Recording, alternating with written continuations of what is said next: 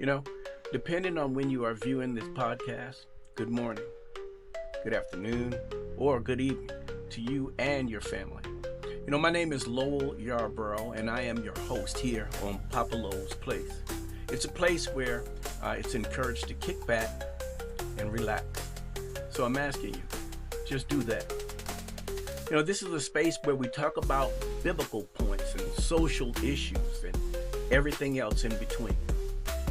Today's podcast is called Instant Messages, and the scripture text is going to be coming from 1 Corinthians chapter 1, verse 18.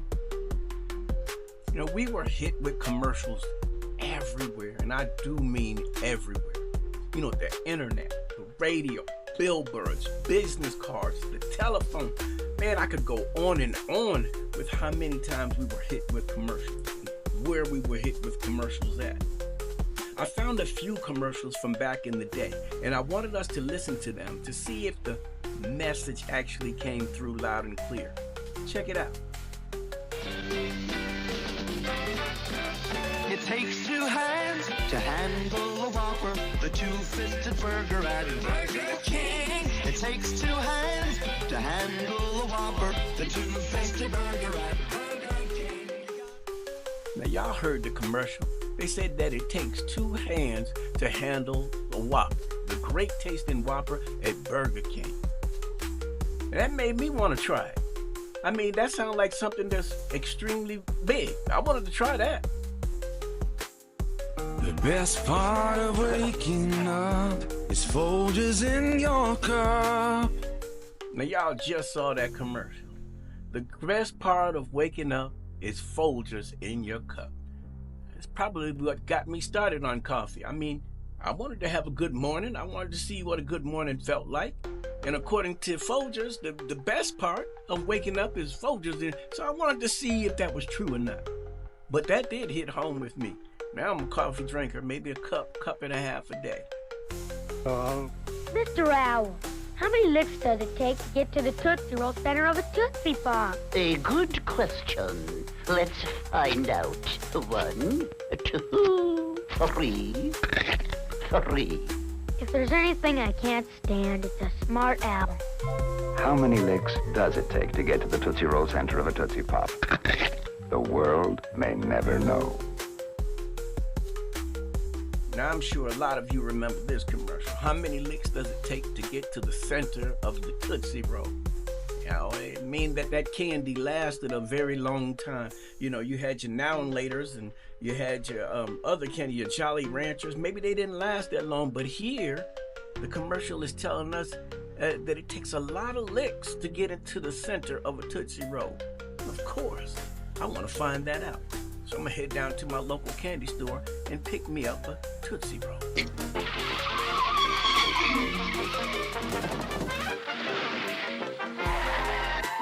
Where's the beef? At Wendy's, you never have to ask, where's the beef? And I'm sure that y'all remember this one. Y'all had to remember this one. Where's the beef? You know, I mean, as a young guy, you know, I wanted to get more bang for my buck. So Wendy said that they had the beef. Everybody else was looking for the beef, and Wendy said that they had the beef. So I would be getting a lot more bang for my buck. I'd be getting more burger for my dollar.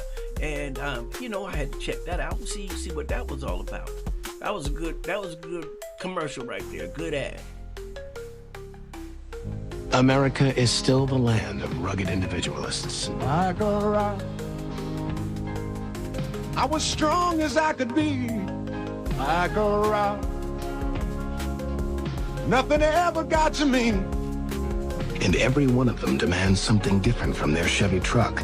But they all want the same thing. Like a rock, The most dependable, longest-lasting trucks on the road. oh, like a rock.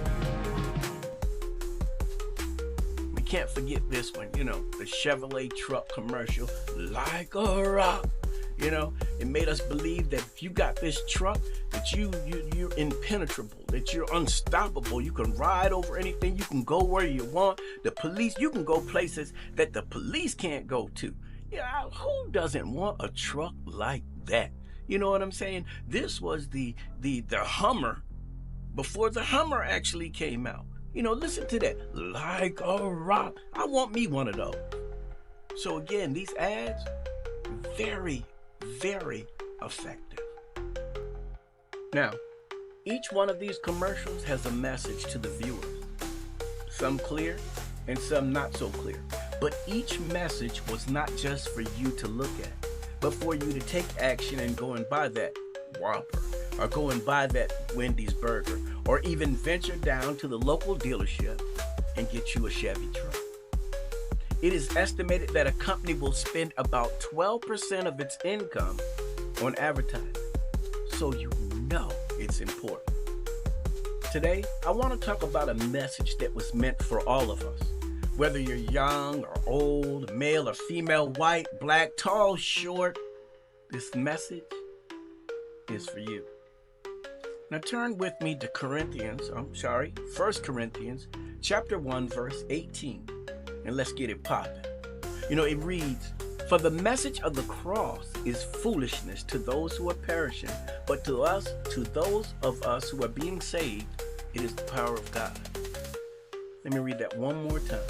"For the message of the cross is foolishness to those who are perishing, but to us who are being saved, it is the power of God." In the books of Matthew, Mark, Luke, and John, we are given great detail about the cross, and its message could not be any clearer. Trust me, the message of the cross could not be any clearer at all. Their suffering in John 19, where Pilate had Jesus flogged and the soldiers put a crown of thorns upon his head and beat it down. There's suffering there. There's a healing in Luke 22 when Peter cut off the ear of the servant, and Jesus knew that he was going to be crucified by these people, but he healed them anyway. Powerful message.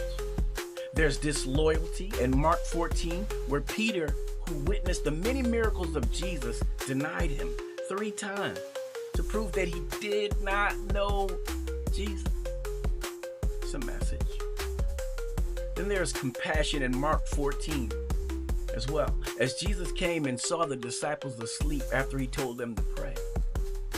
Many a man would have been upset and disgusted that my own friends could not watch and pray with me, and instead elected to go to sleep. I think about how I would be in that situation, knowing that I am about to die. I'm being led to my death. And all I did was ask my friends, let's use some of my friends' names in there, Mike and Carl and Cornelius and some of the guys that I grew up with. And I asked them to just stay awake with me and pray with me. And every time I go back to them, they're asleep. How would I feel? How would I feel? And for me, one of the things that I draw from that is compassion. The compassion that Jesus had to have, especially that last time where the Bible just talks about how he went back to pray. He left them asleep and just went back and prayed. And then there's forgiveness. In Luke chapter 23, where the soldiers casted lots to divide the clothing of Jesus, and Jesus simply said, "Father, forgive them, for they know not what they are doing." And I can tell you, family, it takes a lot in this day and age for us to receive forgiveness, and so much more for us to even ask for forgiveness. In this instant, again, as I said before, Jesus knew what the end was going to be, and here he is asking God to forgive them, for they know not what they do. Would we do that? Even if it isn't about death, would we do that? Are we so easy to forgive and to, somebody asks for forgiveness? Are we easy to forgive and move on and don't hold it over their head? And is that us? Again, when we look at the cross, it's so much more to me than wearing that gold that we get at the jewelry store or whatever have you. It is so much more than that. There's shame in the cross. There's scorn in the cross. There's so many messages that we can draw from the cross. If just for me, I don't know if just wearing it does it any justice at all if we're not putting into practice those messages that we're supposed to be getting from the cross. Again, I can tell you that there are many messages that we can take from the cross. What messages do you glean from the cross? Or is it just, as the Bible said, is it just foolishness to you? An event that has no power and carries no weight. What is it to you? Advertisers can tell the success of the message by the actions of the consumer. Did they buy the product? Is there any buzz about the product? Did they tell family and friends? They can tell a lot by what we do if the commercial or the message was received or not. Knowing the message of the cross should lead us to respond as well. It should change our lives. It should change our outlook and cause us to share the message of the cross with those that we come in contact with. Now, family, I don't claim to be a biblical scholar or some sort of, religious savant or whatever have you. But what I do know is that the message of the cross was received clearly by me. I understand what it took for Jesus to go to the cross. I understand why he had to go to the cross. I understand the messages and the response, what my response should be because of the actions that he took by him going to the cross. In the comments below, I'd like to know what message does the cross send to you? What do you glean from the message of the cross? Or as I asked you earlier, is it just foolishness, or is it just something that happened and we should move on from it? All right, so this is your boy Lo with J-Lo TV Entertainment, coming to you from Papa Lo's place, a place where we can just relax and kick back and just unwind. So I'll be trying to do this at least once a week, where we can just talk about biblical things, or again, as I mentioned earlier, we can talk about social issues that are plaguing our community, our society, our world, and how we're just getting caught up in some of these things that as believers we should not be getting caught up in. But again, I will leave it right there. Love to hear what you guys have to say. What do you guys think about the cross, the message of the cross? Leave your comments below in the comment section. All right, I'll talk to you guys later. Thank you for visiting me at Papa Lo's place. Love you guys.